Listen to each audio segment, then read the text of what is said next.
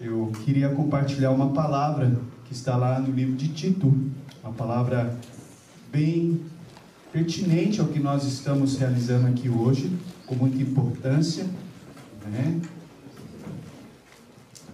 Tito capítulo 1, do verso 5 até o verso até o verso 9, nós vamos estar trabalhando nesse momento, né? Acho que creio que a primeira vez que conheci Glauber foi em 2005, a nossa primeira matéria foi hermenêutica, e naquela época, Romanos, né? Depois foi hermenêutica. Romanos nós discutimos muito, porque ele ainda era margarida, hoje ele é tulipa.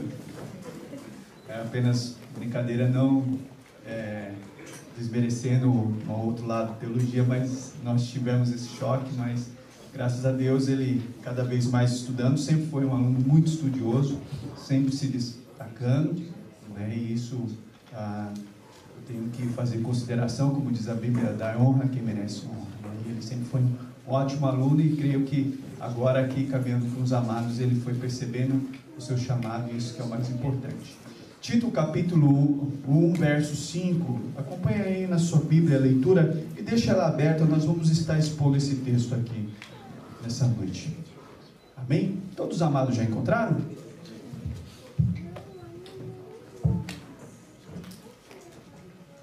Diz a palavra de Deus: a razão de tê-lo deixado em Creta foi para que você pusesse em ordem o que ainda faltava e constituísse presbíteros em cada cidade, como eu instruí. É preciso que o presbítero seja irrepreensível, marido de uma só mulher, e tenha filhos crentes que não sejam acusados de libertinagem ou de insubmissão. Por ser encarregado da obra de Deus, é necessário que o bispo seja irrepreensível, não orgulhoso, não briguento, não apegado ao vinho, não violento, nem ávido por lucro desonesto. Ao contrário, é preciso que ele seja hospitaleiro, amigo do bem, sensato, justo, consagrado, tenha domínio próprio e apegue-se firmemente à mensagem fiel, da maneira como foi ensinada, para que seja capaz de encorajar outros pela sã doutrina e de refutar o que se opõe a ela.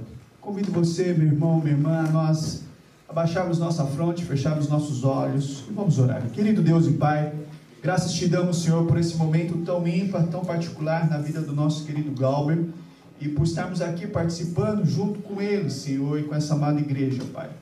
Queremos, Senhor, nos colocar na sua disposição do teu Santo Espírito. Queremos lhe pedir, Pai amado, a iluminação dele, e que ele nos conduza, Senhor, através desse texto, para que possamos aqui, Senhor, aprender as tuas verdades, Senhor, o teu ensinamento. Rogamos, Deus, Pai amado, que apesar de quando chega ao final de semana, às vezes estamos sobrecarregados, cansados, afadigados, a nossa mente tenta, Senhor, não ter facilidade em concentrar, mas eu peço, Senhor, que o Senhor nos faça concentrar, apesar de todas as, talvez, as outras preocupações que nós tenhamos, sejam elas externas, sejam elas internas, Senhor. Rogo, Deus, que o Senhor nos dê um tempo, Senhor, de aprendizado na Tua Palavra, que o Senhor venha falar ao meu coração, ao coração do Teu Filho Glauber e ao coração dos Teus amados que estão aqui junto conosco, Senhor. Queremos, Senhor, que a Tua Palavra, que é viva e verdadeira, Senhor, venha e fale conosco, ministre ao nosso coração com poder e graça. Assim nós te pedimos, no santo nome do nosso Senhor Jesus Cristo. Amém. Amados, a carta de Paulo a Tito tem como finalidade 3 objetivos. Primeiro, ela servia como uma recomendação ou uma apresentação de Apolo e de Zenas. Está lá no capítulo 3, verso 13. Segundo, um pedido de Paulo a Tito para se encontrar em Nicópolis, capítulo 3, verso 12. E terceiro, dar instruções pastorais a Tito que ele deveria realizar nas igrejas de Creta. Agora, várias das instruções dadas a Tito também foram ordenadas a Timóteo nas suas 2 epístolas. Contudo, principalmente nesse texto das recomendações ou das qualidades para constituir pastores, presbíteros em Creta, de certa forma, é similar a 1 Timóteo, capítulo 3, do verso 1 ao verso 17. Lembrando que a carta a Timóteo era para a igreja de Éfeso, que estava ali. E se você for comparar, a cidade de Éfeso era uma cidade muito maior, mais opulenta, mais populosa, mais importante do que a cidade de Creta. Mas você observa aqui já uma primeira lição, que o padrão de Deus para líderes, para pastores, para bispos, para presbíteros, não varia. Independente se é uma cidade pequena, como Riga, como Iokkati, ou uma grande cidade como Nagoya, independente se o líder cristão está numa selva, ou está no sertão, ou está numa tribo, ou está numa megalópole como New York, as qualidades para ser um líder, um pastor, são as mesmas. As exigências são as mesmas. Você olha para o texto e Paulo declara abertamente, a palavra aqui que ele usa, bispo, presbítero, também é uma palavra que foi intercambiável para pastor, para ancião, que no grego é episcopos. E ele diz algo aqui, que eles necessitam ser irrepreensíveis. É isso que ele está dizendo aqui. E o que isso significa? O que é ser irrepreensível? O que é irrepreensibilidade? Irrepreensibilidade é o que norteia, o que emoldura a vida de um líder cristão. Mas o que é ser irrepreensível? Será que é ser uma pessoa impecável, sem erro, sem falha, 100%? Não, porque todos nós pecamos. É aquele que diz que não tem pecado faz de Deus mentiroso, não é verdade? A palavra no grego que é usada é aninkletos, que significa sem culpa, não passivo de acusação. Não é o termo grego anomos, que significa sem mácula. João Calvino afirma que o líder deve ser um homem de reputação ilibada, sem mancha. O líder cristão não pode deixar flancos abertos, não pode ter brechas na sua vida moral. E perceba que esse requisito que está sendo aqui é o que emoldura a vida do líder cristão. Uma integridade inquestionável. E logo, para que uma pessoa possa ser um pastor, o pastor precisa ter um caráter irrepreensível. E como um pastor poderá possuir um caráter irrepreensível? É isso que o texto vai nos tratar aqui. 3 aspectos de como o pastor poderá possuir um caráter irrepreensível, já que hoje estaremos ordenando um pastor. O primeiro aspecto de como um pastor poderá possuir um caráter irrepreensível é o verso 6. Olhem para o verso 6. Pastor Carlos Nagalka poderia ler para mim, por favor, o verso 6. O presbítero deve ter uma vida irrepreensível, deve ser marido de uma só mulher, e seus filhos devem partilhar da sua fé e não ter fama de devassos nem rebeldes. E aqui está o primeiro aspecto. O pastor, para ser irrepreensível no seu caráter, ele precisa se relacionar bem. Já vimos na introdução que a palavra irrepreensível é interpretada no sentido que o líder, o pastor, o obreiro, o missionário não seja passível de acusação ou tenha flancos abertos na sua vida moral.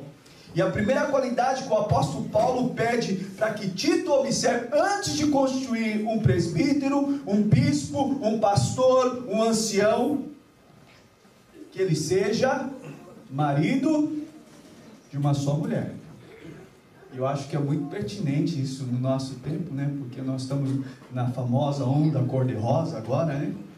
Então, é algo que a gente precisa entender. Marido de uma só mulher. Segundo, tenha filhos que não sejam acusados de libertinagem ou de insubmissão. E aí ele diz que é preciso que o presbítero seja irrepreensível, marido de uma só mulher. Dr. John Stott, quando ele comenta essa porção no seu comentário, ele diz que temos 5 possíveis interpretações. Eu vou citá-las. Se você quiser se aprofundar, leia o comentário do Dr. John Stott. Primeira possível interpretação seria que os solteiros não poderiam ser pastores. Segundo, que os viúvos que se casaram novamente também não deveriam ser pastores. Terceiro, que os polígamos jamais poderiam ser pastores. E eu concordo, não poderiam. Os divorciados também não deveriam ser constituídos. E a quinta possível interpretação seria que os que cometem pecado de infidelidade conjugal, ou seja, os adultos, não podem ser pastores. Eu concordo também com essa. Mas quando você faz uma análise junto com os outros doutores, como o Dr. William Hendricks, o Dr. Shelley, o Reverendo Hernandes, ele diz que a expressão marido de uma só mulher só deve ser interpretada de que era uma recomendação para escolher os que eram polígamos e os que tinham se casado após o divórcio. Em outras palavras, os candidatos ao ministério devem possuir uma reputação a toda a prova na área familiar e na área sexual. Um homem fiel à sua esposa, um homem livre de qualquer suspeita quanto ao seu relacionamento matrimonial. E aí vem a segunda expressão: tenha filhos crentes, que não sejam acusados de libertinagem e insubmissão. E aí a palavra filhos aí é a palavra grega tekna, que é para filhos menores de idade, infantes que estão debaixo da autoridade do pai, paterna. Enquanto os filhos estiverem debaixo da autoridade paterna, dentro da sua casa, os filhos dos líderes, dos pastores, precisam ser obedientes e tementes a Deus. Os pastores, antes de orarem na igreja, precisam primeiramente orarem com seus filhos e pelos seus filhos. Precisam ser primeiramente sacerdotes no lar. Pois aquele que não apacenta, não cuida da sua própria família, ou do seu primeiro rebanho, ou do seu rebanho primário, como ele pode cuidar do rebanho do Senhor? Ele já está reprovado. E Tito tinha que perceber isso antes de colocar a mão sobre ele. Ele tinha que perceber que era o marido de uma só mulher, e como se relacionava ele com a sua mulher e com seus filhos.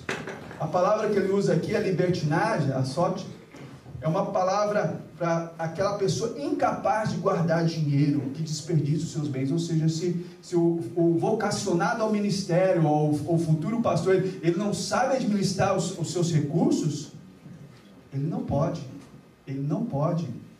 Né?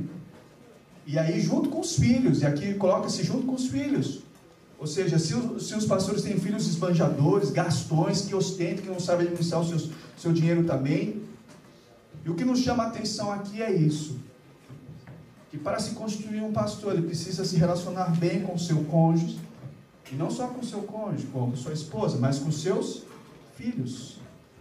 Independente se somos líderes casados ou solteiros, a fim de que sejamos um obreiro de caráter irrepreensível, o que nós precisamos cultivar?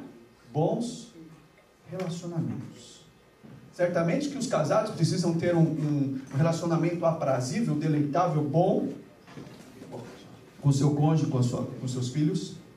No entanto, os obreiros solteiros, ou pastores solteiros, eles também precisam ter um bom relacionamento. Eu me lembro de certa vez que meu pai e minha mãe, eles algumas vezes fizeram algumas viagens missionárias, eles foram para Timor-Leste, e minha mãe esteve me contando que havia 2 missionárias no campo, elas eram solteiras. Só que elas viviam em pé de guerra. Elas não conseguiam nem cozinhar juntos. E aí eu fico pensando, não consegue fazer uma tarefa tão simples que é cozinhar junto. Imagine fazer a obra do Senhor. E essa é uma coisa que nós precisamos perceber. Estamos aqui. O nosso futuro pastor, a igreja, olha para ele e percebe, ele tem se relacionado bem. Não primeiro com vocês, primeiro lá na casa dele. Com a sua esposa e com o seu filhinho Enzo. Esse já é um primeiro aspecto que nós precisamos pensar. E depois, ele não só se relaciona com a sua família, ele se relaciona com vocês. E o relacionamento com vocês deve ser também um relacionamento saudável. Lembre-se disso. Precisamos perceber. Sabe por que eu digo isso? Em 2001 eu assumi a minha primeira igreja. Logo depois eu já comecei a fazer parte da liderança aqui do Betel. Fiquei 5 anos como coordenador dos pastores. E sabe o que eu percebi? Os pastores são difíceis. Pastor Carlos Nagosa, não sei se o senhor considera, mas eu acho os pastores difíceis. Eles são intransigentes, eles são obstinados, eles são cheios de autocomiseração, eles mandam os outros cumprir a palavra, mas eles não cumprem a palavra. Eles pensam apenas, às vezes, na sua igreja, no seu ministério, e esquecem o reino de Deus. E às vezes os pastores esquecem que eles são ovelhas. E eles são discípulos de Cristo. também.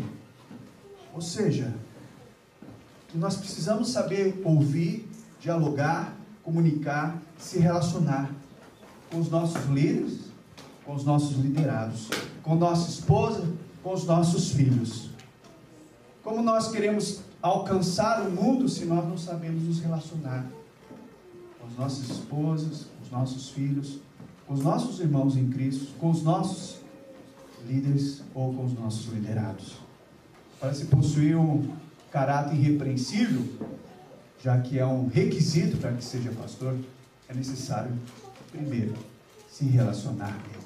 E eu espero, querido Glauber, que você passe nesse exercício. Segundo aspecto de como o pastor poderá possuir um caráter irrepreensível são dos versos 7 ao verso 8. Eu vou pedir para o Glauber ler para nós, por favor, querido.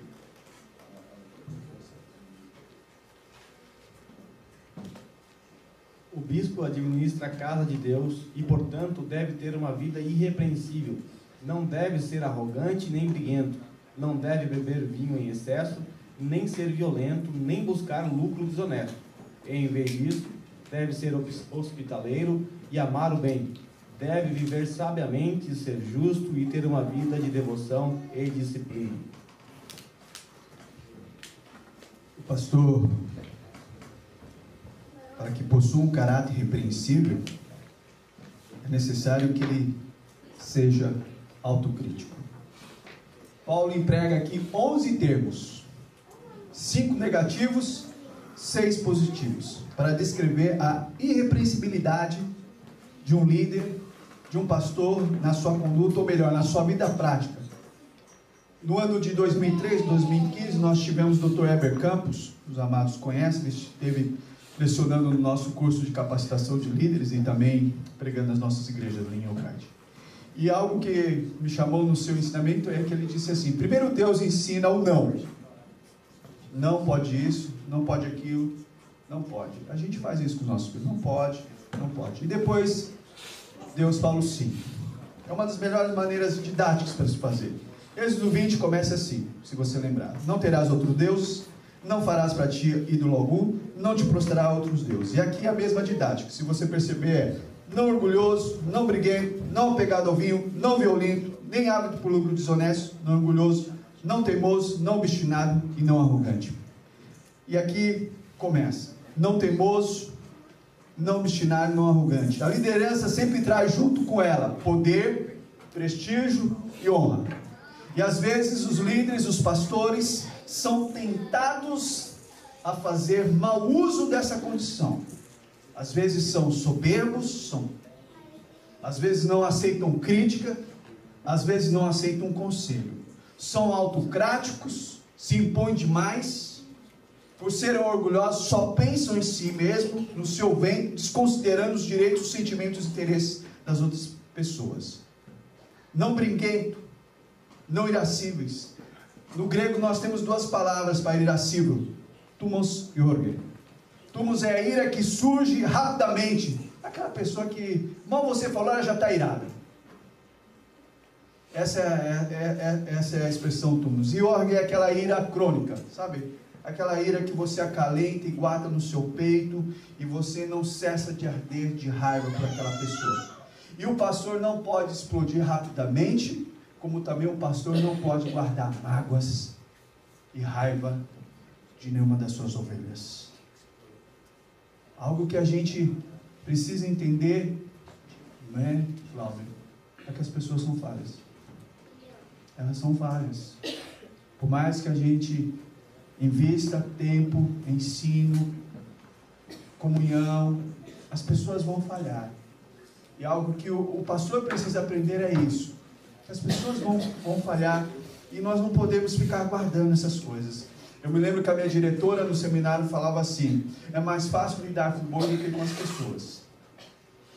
Porque o boi, os animais você ensina e elas logo vão fazer. Mas as pessoas não. As pessoas, elas têm dificuldade em fazer as coisas. E a gente precisa ter muito amor, muita paciência. E em terceiro ele diz: não apegado ao vinho, não amante da bebida. É isso que quer dizer. Nós sabemos, amados, porque eu sei que o nome da Igreja Batista é Reformada. Então eu sei muito bem que vocês sabem que Você pode beber, mas não pode se embriagar. Apesar que na cultura evangélica brasileira, aqui, nós, pastores, não temos costume nenhum, né, de bebermos vinho. No entanto, o pastor Carlos Manuel ficou 1 ano lá, mais ou menos, ficou? É normal agora os pastores, né, tomar um vinho ou alguma outra coisa, mas particularmente eu tenho me abstido, e como a cultura aqui também, recomendo, é um conselho, sério, você fica livre de não beber também, não beba, né?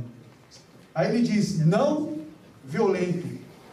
A tradução literal é golpeador. É aquele que golpeia com as palavras, mas ele também pode golpear com a mão.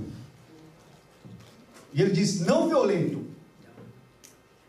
Um líder, um pastor que agride verbalmente e fisicamente não tem como espelho a liderança do Senhor Jesus, que disse para Pedro, guarda essa espada. Ou seja, nós não somos desse naipe de líder. O pastor que governa os outros precisa primeiro governar a si mesmo, suas emoções e principalmente as suas reações.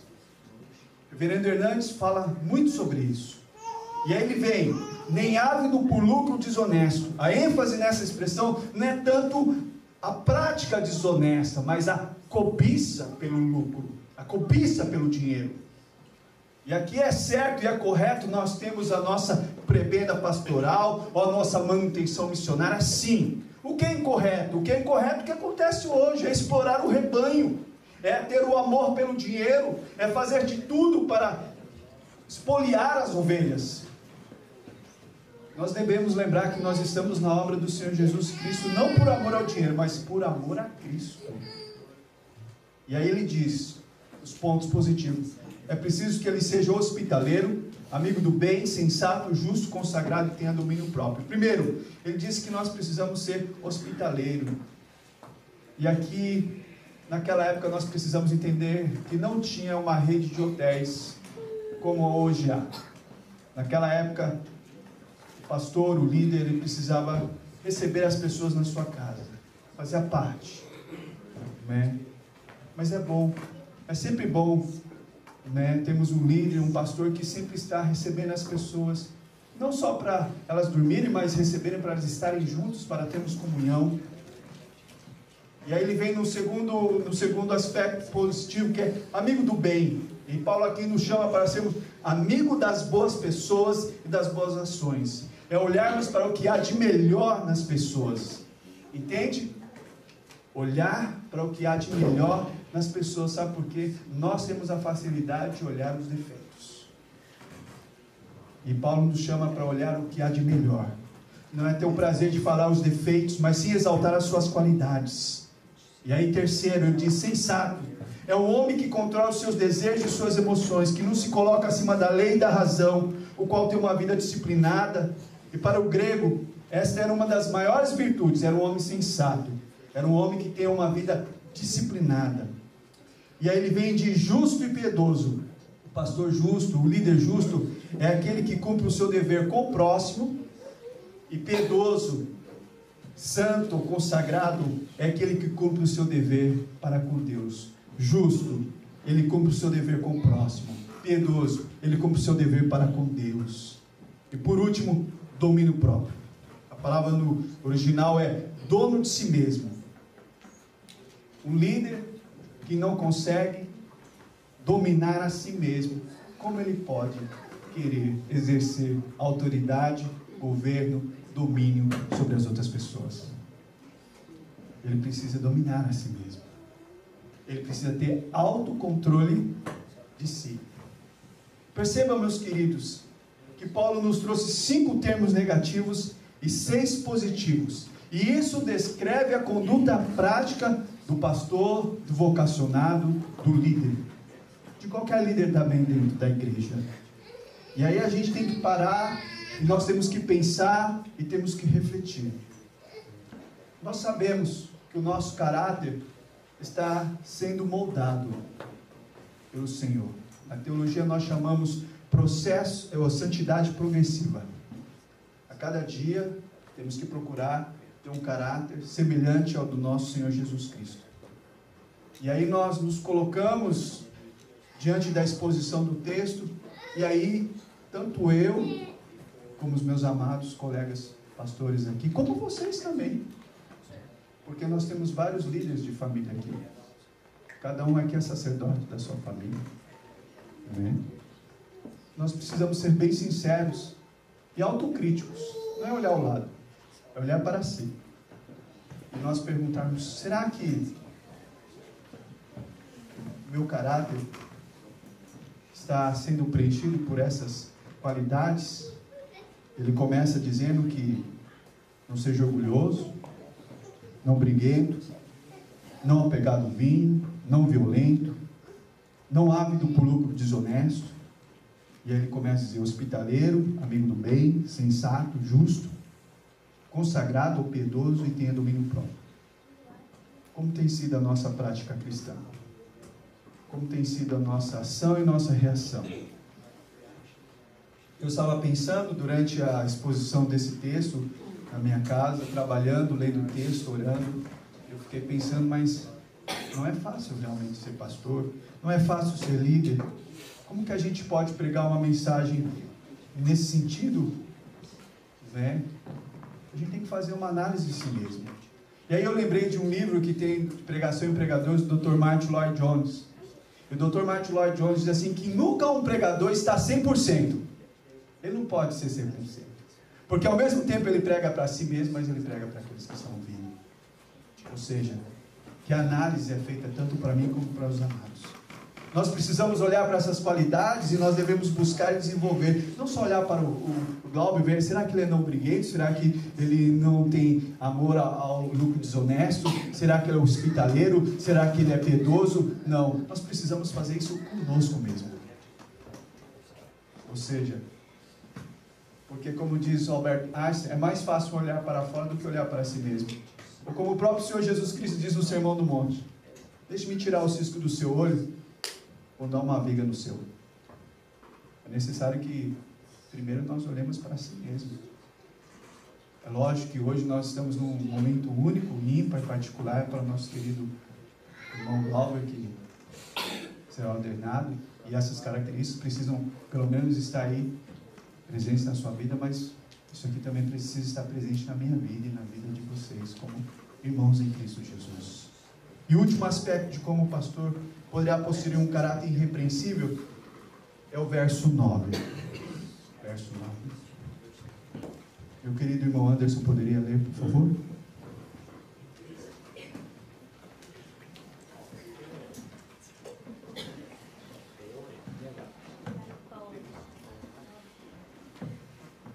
Deve estar plenamente convicto da mensagem fiel que lhe foi ensinada, de modo que possa encorajar outros com o verdadeiro ensino e mostrar aos que se opõem onde estão errados. O pastor, para ser irrepreensível, ele deve amar a palavra de Deus acima de tudo. O apóstolo Paulo emprega um termo aqui: apegue-se firmemente à mensagem fiel da maneira como foi ensinada. No grego a palavra apegue-se ântico tem o sentido de agarrar-se, devotar-se. O obreiro, o pastor de caráter irrepreensível deve devotar-se à mensagem fiel de Deus. Obviamente que a mensagem fiel aqui é a palavra de Deus. O apóstolo conclama o pastor, o missionário, o líder, o obreiro a colocar a palavra de Deus acima de tudo, pois a mensagem de Deus é fiel e verdadeira, pelo fato que ela foi ensinada pelos apóstolos, representantes oficiais do ensinamento do Senhor Jesus Cristo. Logo, não é para ensinar qualquer doutrina que não seja baseada nos ensinamentos dos apóstolos. Não pode trazer um novo ensinamento fora das escrituras sagradas. E percebam que Paulo lembra primeiramente a Tito, como também a nós, que tal qualidade é um pré-requisito para que se ordene um pastor, um líder. Porque da maneira como o pastor ou o missionário prioriza a palavra de Deus na sua vida, no seu coração, ou melhor, na sua devoção, isso revelará como será o seu ministério. Se ele não liga para a palavra, se ele não dá importância para a palavra, se ele não prega a palavra, já vai mostrar como ele vai ser. Ou ele vai para o ministério para agradar a si mesmo, ou ele vai para o ministério para agradar os homens, ou ele vai para o ministério para agradar a Deus. Eu digo, você foi chamado para agradar a Deus. Você não está aqui para agradar homens, nem para agradar a si mesmo. Não. Você está aqui para agradar a Deus. Importa-nos agradar a Deus. Nós somos comissionados, chamados, vocacionados por Deus. Nós temos essa fidelidade a Ele. Como nós tratamos a palavra de Deus, nós mostraremos isso. Para que seja capaz de encorajar outros pela sã doutrina e de refutar os que se opõem a ela. No comentário de Calvino, ele diz assim, sobre essa expressão, Glauber: o pastor precisa ter duas vozes, sério. Uma para juntar as ovelhas, outra para afastar os lobos dos ladrões. As Escrituras lhe dão o meio de realizar essas duas ações. Quem recebeu um ensino sadio terá condições tanto de instruir aqueles que são ensináveis, como também de refutar os inimigos da verdade. Eu não quero me deter sobre a pregação do Evangelho de Jesus, porque o Evangelho de Jesus no nosso tempo, nas igrejas, em muitas igrejas, é um Evangelho híbrido, é um Evangelho miscuído, é um Evangelho que não é Evangelho. A grande verdade é essa. Eu gostaria de frisar que o pastor, o obreiro, precisa o quê? Precisa se agarrar, se apegar fielmente, se devotar. Ou seja, amar com todo o seu ser a palavra de Deus. E sabe por quê, meus queridos, meu querido Glauber? Como que nós podemos ter um caráter irrepreensível se nós não amarmos a palavra de Deus? Para que o pastor seja irrepreensível, Glauber, lembre-se, ele precisa se relacionar bem. E segundo, ele precisa ser autocrítico de si mesmo. E aí a nossa pergunta: aonde que os pastores, os líderes, os missionários encontrarão forças suficientes, capacitação para moldar o seu próprio caráter, sem que a palavra de Deus esteja em primazia na sua vida? Onde que nós vamos encontrar? Para que tenhamos um bom relacionamento com a família, com os nossos líderes, com as nossas ovelhas, necessitamos nos relacionar segundo o quê? Segundo os nossos preceitos? Não, segundo a palavra de Deus. Para termos uma conduta, um comportamento como Deus estabelece, necessitamos ser transformados pela palavra de Deus. Se a palavra de Deus não tiver primazia nas vidas, nos corações dos pastores, como que nós queremos sermos um obreiro, um pastor repreensível, um obreiro que agrada a Deus?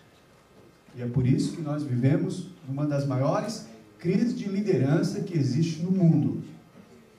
E principalmente onde muitos de vocês são oriundos, como eu, no Brasil.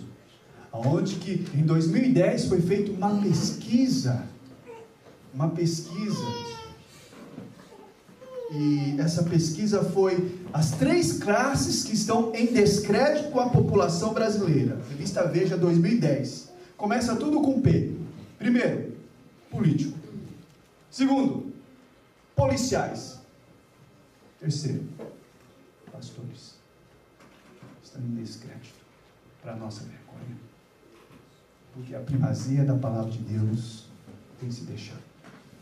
Pastores que não conhecem e não vivem a palavra de Deus. E a minha oração, o meu pedido, para que você, Glauber, diante desse rebanho, você ame primeiro a palavra de Deus. Para que o seu ministério seja não para agradar você, não agradar eles, mas agradar o Senhor que te chamou, te comissionou para este ministério sagrado e santo. Que você seja fiel a Ele. Para que sejamos um pastor, um líder irrepreensível, 3 aspectos: precisamos nos relacionar bem, precisamos ser autocríticos de si mesmo, precisamos colocar a palavra de Deus em primazia. Que você possa, durante o seu ministério, você sempre se relembrar e perceber esses 3 aspectos, para que você continue sendo fiel a Deus. Vamos orar? Senhor Deus e Pai, queremos te agradecer, Senhor, pela tua palavra, pois ela é verdadeira, Senhor. E ela nos confronta, Senhor, mas ela também, Senhor, admoesta o nosso coração. E nessa noite, Deus, nos alegramos, pois mais um dos seus vocacionados, Senhor, chegou ao momento, Senhor, da sua ordenação. Foi o Senhor que o chamou, Pai. E o Senhor ainda continuará realizando a tua obra na sua vida, na vida de Glauber e sua família. E nós nos alegramos, Senhor. Pedimos, Pai amado, que o Senhor continue abençoando como abençoando esse rebanho querido. Que nós possamos, Senhor, cada vez mais, Senhor, agradar ao Senhor. Pois para isso o homem foi criado, para glorificar e desfrutar do Senhor. Assim nós te pedimos, no nome de Jesus. Amém.